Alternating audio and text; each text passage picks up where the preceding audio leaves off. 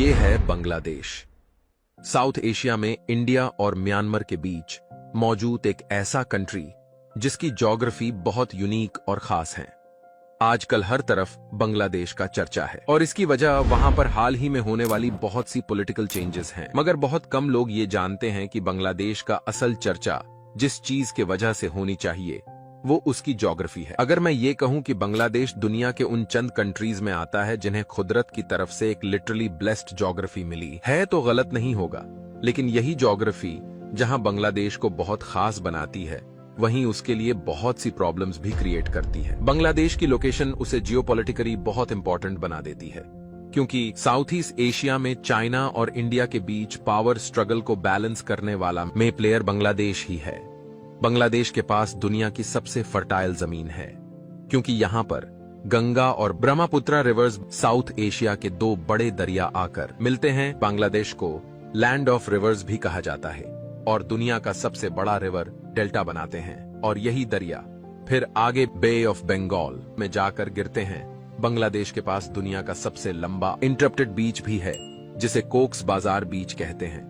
इन दरियाओं के साथ आने वाले मिनरल्स की वजह से यहाँ के मिट्टी एग्रीकल्चर के लिए पूरी दुनिया में सबसे ज्यादा फर्टाइल है।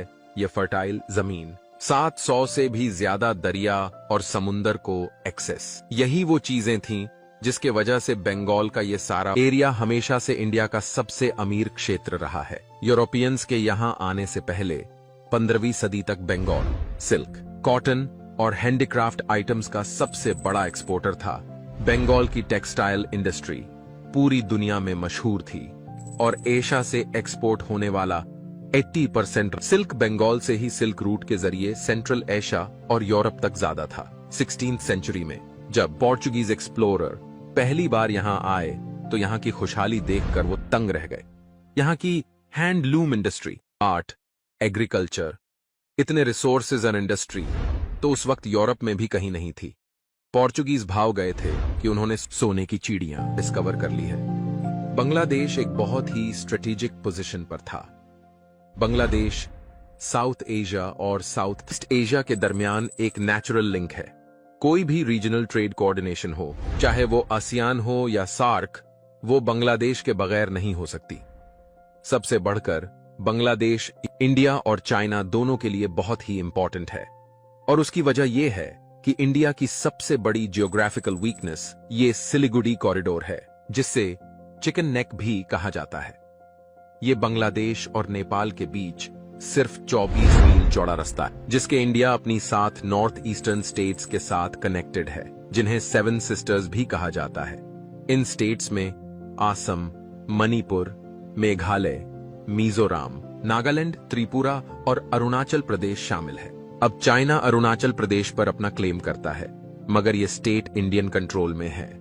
इसी तरह इंडिया के नॉर्थ ईस्ट में नेपाल, तिब्बत और भूटान के बॉर्डर के साथ सिक्किम है जिसे 2003 में आकर चाइना ने इंडियन स्टेट के तौर पर रिकॉग्नाइज किया और बदले में इंडिया ने भी तिब्बत को चाइना की टेरिटरी के तौर पर एक्सेप्ट कर लिया। सारे नॉर्थ ईस्टर्न रीजन में करीबन 5 करोड़ लोग रहते हैं और अगर चाइना इस सिलीगुड़ी कॉरिडोर तक पहुंचकर इसे चोक कर दे तो इंडिया अपने सारे ईस्टर्न एरिया से कट ऑफ हो जाएगा और जाहिर है कि सप्लाई लाइन कट होने की वजह से चाइना के लिए इधर कब्जा करना भी आसान हो जाएगा। इसीलिए इंडिया और चाइना दोनों के लिए बांग्लादेश बहुत खास है क्योंकि ये 7 स्टेट्स सबसे लंबा बॉर्डर बांग्लादेश के साथ शेयर करती हैं। यहाँ पर एक और बहुत इंटरेस्टिंग चीज ये है कि बहुत से लोग ये समझते हैं कि इंडिया का सबसे लंबा बॉर्डर चाइना के साथ है जबकि इंडिया का सबसे लंबा बॉर्डर बांग्लादेश के साथ है और इसीलिए इंडिया बांग्लादेश देश के साथ फ्रेंडली रिलेशंस चाहता है ताकि न सिर्फ ये कि सिलीगुड़ी कॉरिडोर को हर सूरत सेफ रख सके